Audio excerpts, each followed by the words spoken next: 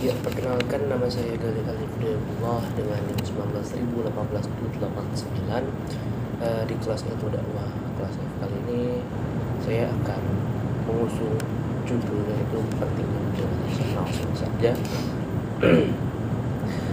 Assalamualaikum warahmatullahi wabarakatuh.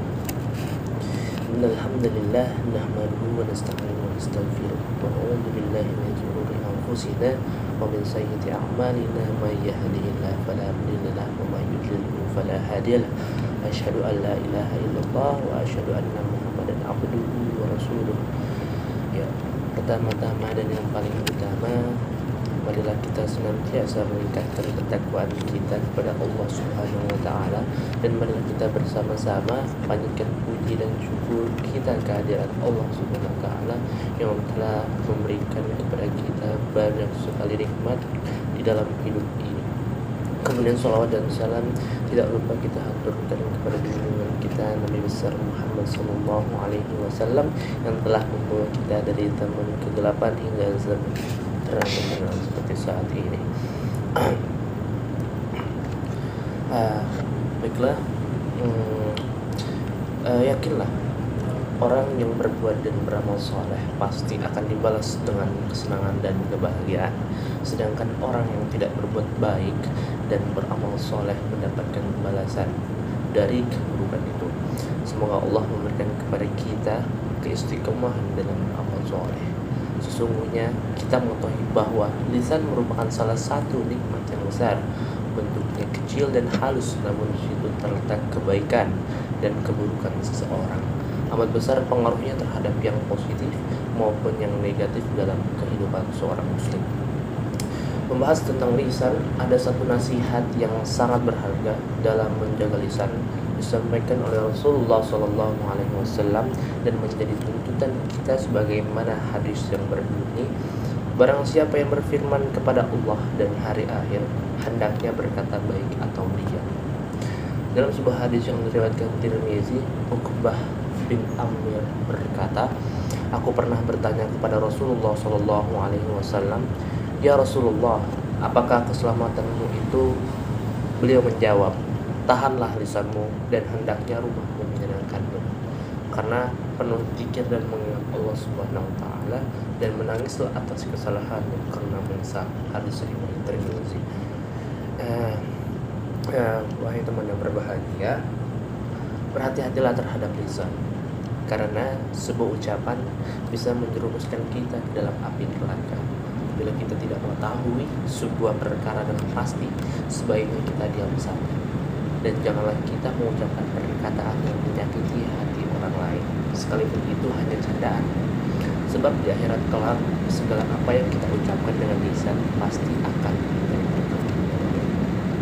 Allah berfirman dalam kitabnya, tiada suatu ucapan yang diucapkan melainkan ada di dekatnya malaikat pengawas yang selalu hadir. Quran surat Qaf ayat 18. Dan janganlah kamu mengikuti apa yang kamu tidak mempunyai pengetahuan tentangnya. Sesungguhnya pendengaran, penglihatan, dan hati semuanya itu akan diminta pertanggungjawaban. Quran surat Al-Isra ayat 36. Ada keutamaan dalam menjaga lisan dalam Islam, yaitu yang pertama, memiliki kedudukan tinggi sebagai muslim, dan yang kedua, dijanjikannya surga, dan yang ketiga, dijauhkan dari neraka jahanam, keempat, dijauhkan dari kebinasaan, yang kelima, meningkatkan iman, yang keenam, amalan sedekah yang mendatangkan pahala, yang ketujuh, menghindari sifat keras hati, dan yang kedelapan, menyelamatkan diri dari dosa, yang kesembilan, diangkat derajatnya oleh Allah Subhanahu wa taala, dan yang terakhir, memperoleh ridho Allah Subhanahu wa taala di akhirat kelak. Untuk dapat menjaga lisan terdapat beberapa syarat, yaitu yang pertama, berkatalah dengan perkataan yang benar. Kalau kita ingin bicara dengan benar, maka pastikan bahwa pembicaraan kita bersih dari bohong, bersih dari dusta. Kata-kata ini harus benar-benar dapat bertanggungjawabkan kebenarannya. Jangan pernah mau berkata apapun yang kita sendiri tidak yakin dengan kebenarannya dan tidak yakin dengan apa yang kita katakan. Jangan berusaha berkata-kata semata-mata agar orang terkesima, terpesona, suka, karena semuanya tidak akan menolong kita di akhirat nanti. Perkataan kita yakin dengan seyakin-yakinnya haruslah dapat dipertanggungjawabkan. Dan yang kedua, berkatalah sesuai tempatnya. Likulli maqam maqal wa likulli maqal maqam, yang artinya setiap perkataan itu ada tempat terbaik dan setiap tempat memiliki perkataan yang baik pula. Tidak setiap kata sesuai di setiap tempat. Sebaliknya, tidak setiap tempat sesuai dengan perkataan yang dibutuhkan. Hati-hati sebelum kita berbicara, harus kita ukur siapa yang diajak bicara. Berbicara dengan anak kecil tentu akan jauh beda dengan ketika berbicara dengan orang tua.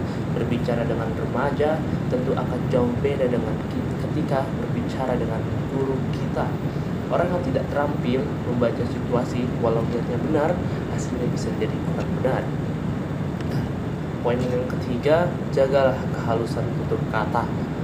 Orang yang lisannya bermutu haruslah berkemampuan memperhalus dan menjaga kata-katanya, tidak menjadi duri atau tidak bagai pisau silet yang siap melukai orang lain.